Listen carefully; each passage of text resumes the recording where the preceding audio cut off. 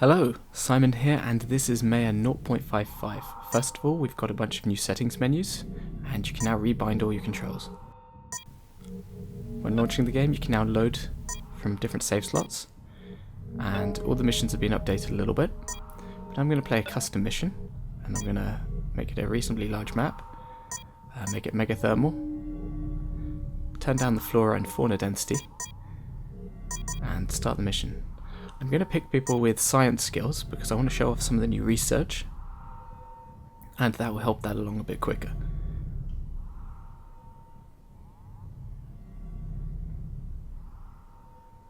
So, starting a new base. First of all, I want to get a workshop up and running. So, select workshop, double click, and that'll fill that area. We now have a grid, as you can see, which will help you align things if you don't actually want to use full grid placement by holding control. Place a microwave smelter. Outside I'm going to place a wind turbine. When you're placing it, you'll notice that you also get a kind of amber warning colour now. This shows that when an object is buildable but is suboptimal placement. We also have this new solar array, which is a lower tier than the existing one, but can be built without a workshop table. So while we're waiting for the workshop to get built, I'm going to read some of the new emails. We really need a workshop table to allow us to build vital equipment. If we don't leave this temporary Stone Age by building a smelter, we are going to find ourselves joining that long list of extinct hominids. I don't like having a lot of robots about, it's creepy. But for the sake of repairs, I'm willing to make an exception. Doors check, walls check, clean air check. So we also have other emails, power reports, and a solar event warning, which seems to be going on outside already. That's causing that heating effect and our power grid to drop out. So we're waiting for the workshop to be fully built. I'm going to show you something else, which is the new build priority system. You can double click an object and it will start flashing, which overrides its needs for the colonists. The colonists won't like that though, as it overrides their free will, and that will be demoralizing for them, and they'll eventually get quite sad about it. So they're building the items outside.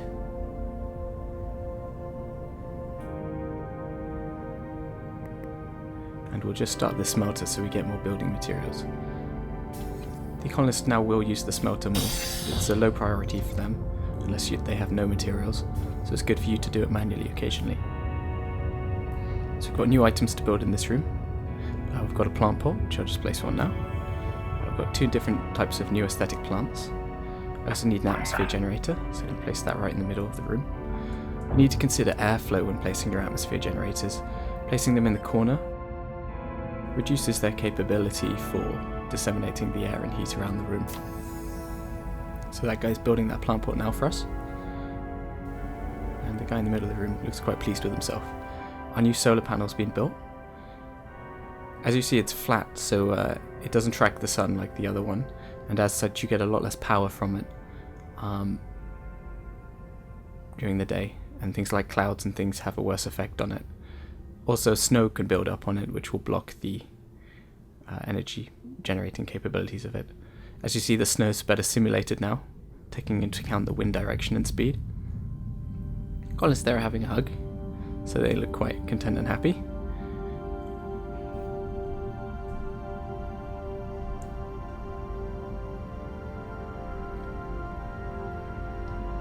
I'm going to place the hydroponics over here now, so we can start producing food for the base. So I'm going to double click again, and that just fills that whole area up. And if we read our emails, there's a guy there complaining about the lack of hydroponics, because they need that. Even if you're going to build livestock, you're going to need the plant matter to feed the chickens. So we're going to call down a new lander, and one of the first things you'll notice is these flares that have been dropped in the landing zone. Flares are a new addition, and they're useful for lighting and showing the wind direction, and the colonists will also be able to use them to attract the attention of certain creatures. Let's place some glow sticks so we can have a look at this guy. Appears we only have one guy coming out of the capsule today. So we'll go back to the base. See how things are ticking over. So our hydroponics is being built, which is good. I'm going to want to go in there and put some food shortly. just check the temperatures of the rooms first, because I've noticed the colonists' breath is visible, which means even if the average temperature of the rooms is quite high, there's pockets of cold air. So I'm going to place some kale, which is high in micronutrients. I'm going to place some potatoes, which are low in vitamins, but obviously high in energy, and they're quite fast to grow. So as you can see, the display of the orange type hologram is useful for finding suboptimal placement. So I'm just going to press R and T and replace this broccoli over here in a better position.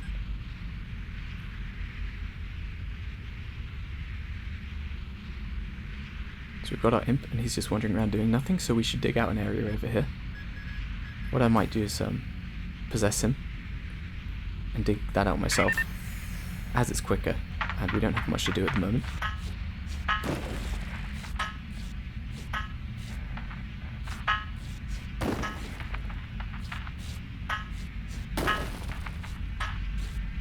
So we'll just dig out another row over here too. And then we can leave him to dig the rest out himself. And hopefully 3D print some more imps. So we'll just set these to be dug out here.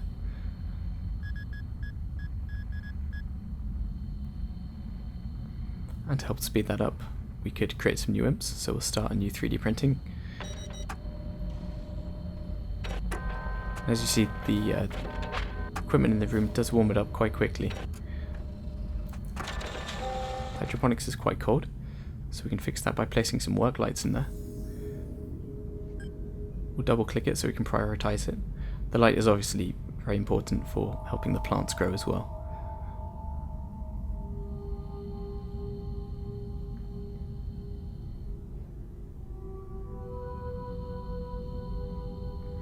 You'll notice the colonists' heads moving around to look at things, which is quite a good indication of kind of figuring out what they're thinking about and what they're doing, or to see what's distracting them. So you see this guy shivering, which means that the cold's getting worse and he's starting to get some hypothermia. So we'll check our emails. Oh, so we have an earthquake ongoing, and that's caused a cave.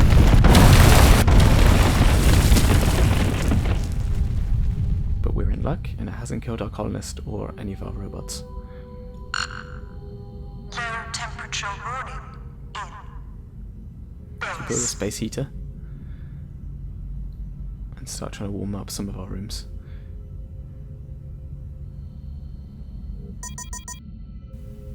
So, complaints about beds. And I hope this lack of beds isn't another bureaucratic oversight.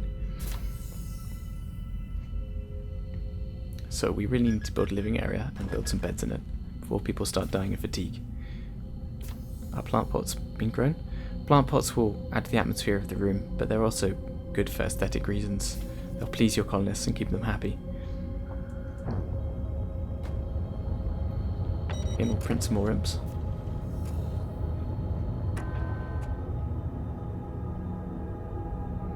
And our work light's been built. So let's tweak the colour of this to make it slightly warmer, to make our colonists work harder when they're around it, because they'll become slightly more aggressive. But at the same time, the brighter colour will help the plants as well. The more red in it, the more effective it will be. So we'll just dig out this cave in.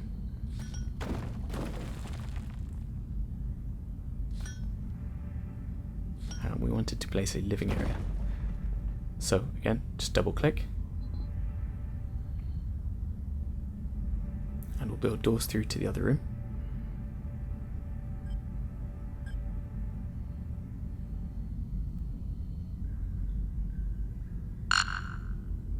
low temperature warning in. So obviously this room is a rock area, or was a rock area recently, so it's still very cold.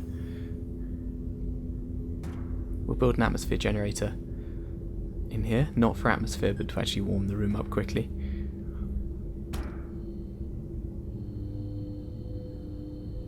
So our solar panels are unfolding.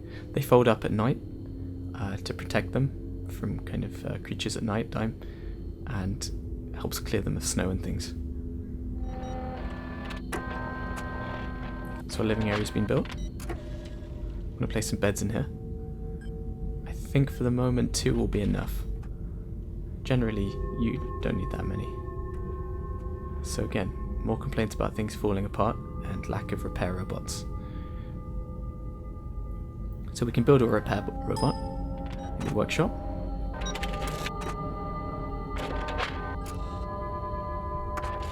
And we'll smelt some more materials.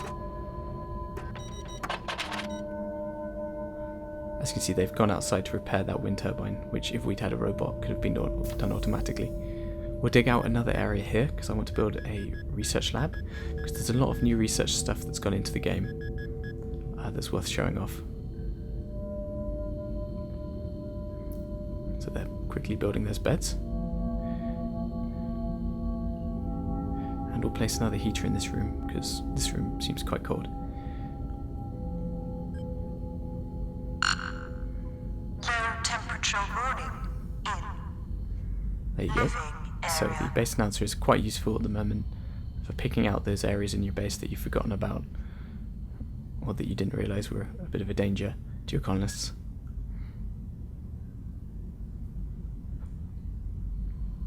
The workshop table is flashing a bit, which means the lights have been damaged.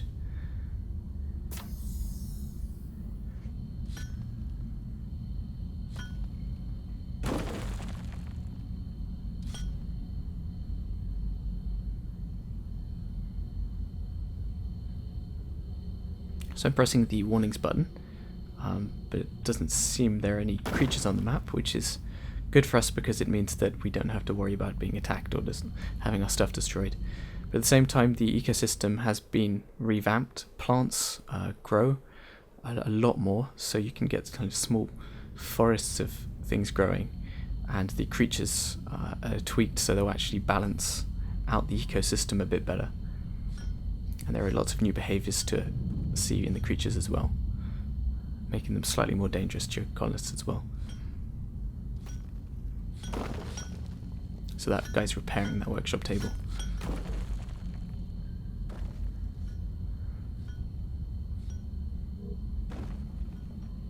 So more comments about storms and weather. And we have a incoming meteor event. Low temperature warning in. Living area. So as you can see, the emails are much more complex now, and really quite useful for gameplay, as well as adding character to your colonists. I'm going to place this research lab, so I'll just drag it out. I could have double clicked.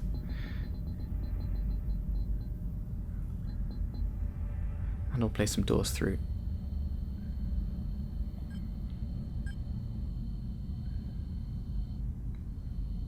And we'll get the smelter going again, so we have extra materials for a quick building. Well, the colonists have been pretty good at building things so far. They've just built that repair bot. As you can see it trundling away.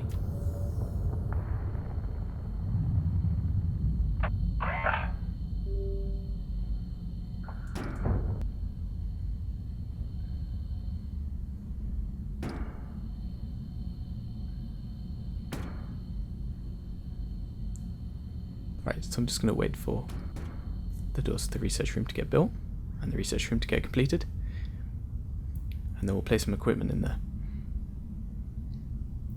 I'll place some wall screens to help give us useful readouts about the base, about the temperature, or we can set them to aesthetic.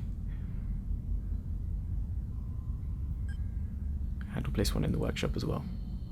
Having wall screens means that you don't need to worry about mousing over walls to find out the state of the room. Low temperature warning in. So I've prioritised that space heater so I hope it gets built quickly, as that room's a bit cold.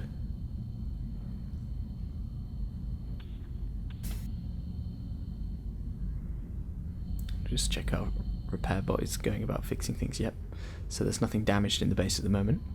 So I'm going to place a computer terminal. We need to place some tape storage drives. So I'll press R and T to rotate these. You need these to store the research once it's been completed. And if you lose them, you need to remember that the research on them gets destroyed and you lose those perks. So you need to be careful about fires in your research room. Call down some more colonists. Again, the flares are a useful indicator of where it might land.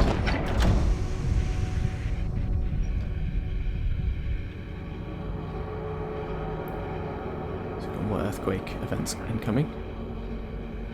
So we're going to cut here, and then we're going to come back a little later once some of these things have been built. So we have some nice poetry coming in from our colonists. It's not particularly optimistic, but as you can see, we have some issues in the last 5 minutes. And now all these items are built, we have a low power problem. As you see, the power's fluxing and browning out. Low temperature warning in base. Brownouts are quite dangerous because they damage your equipment. We'll add some new solar arrays. These are the ones that track. They require the workshop to be built, but unlike the other ones, they get optimal sunlight as they're always facing the sun. Hopefully that will get built and our power will come up a bit. What I can do is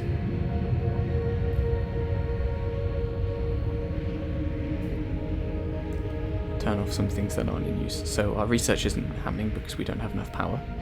So what I can do is maybe turn off these atmosphere generators or lights in some rooms.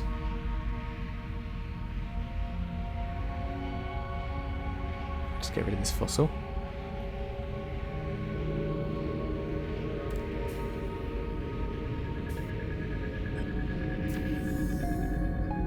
Place a fossil stand. Right, so yeah, I'll turn off these atmosphere generators. It doesn't seem the power's going to come back on soon. And that'll save us a few hundred watts. And our power's okay now.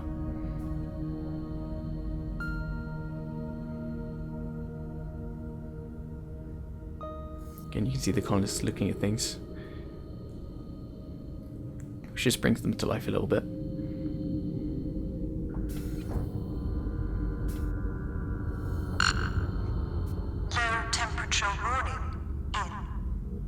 So again, more complaints about materials. Our research computer should come online now. Yep, and as we have enough research, it's already started doing some computation. There are 4 different types of research, and those are driven by what type of research you collect. So, for example, these storage containers contain plants that give you ecology data, but if we want some technology data or some materials data, we can build a weather station or some seismic monitoring stations. And we need this microwave communications tower to beam the data back, so I'm going to prioritize that so that gets built first. Although it should anyway. Again, you have to be sparing with prioritizing things, as it will upset the colonists if you overrule all their choices. So we want to place some ration packs. Coming up in one of the next updates, there'll be a food preparation station, and colonists will actually sit down for meals together at that dining table that you can build. But for now, you have to occasionally place some ration packs, or they'll start eating off the tree, which is less efficient. Just about to get a new research perk. So, Panopticon, the smallest thing could give you away: a nervous tick, an unconscious look of anxiety, a habit of muttering to yourself, anything that could be carried with a suggestion of abnormality, of something to hide. So, this allows us to set our wall screens to a new mode, Panopticon. And this means the screens watch back. And this will make your colonists more socially conformant. It'll kill morale, of course, but let's not worry about that. A pair of eyes glaring down at them. We'll place some lights to make their atmosphere a little less threatening. Maybe some mood lighting. And we'll place a table. So, this is Maia 0.55. There are hundreds of little fixes and changes. The game's playing quite well now. Lots of indications to a player about what they need to be doing or thinking about for the future of their colony. So we've just had an upgrade to our bulkhead doors. Although we don't actually have any at the moment. And an imp's collected a fossil there for research, so we'll have a lot more ecology data shortly. But I'm going to call it a day on this video, and I will see you at 0.56. Bye!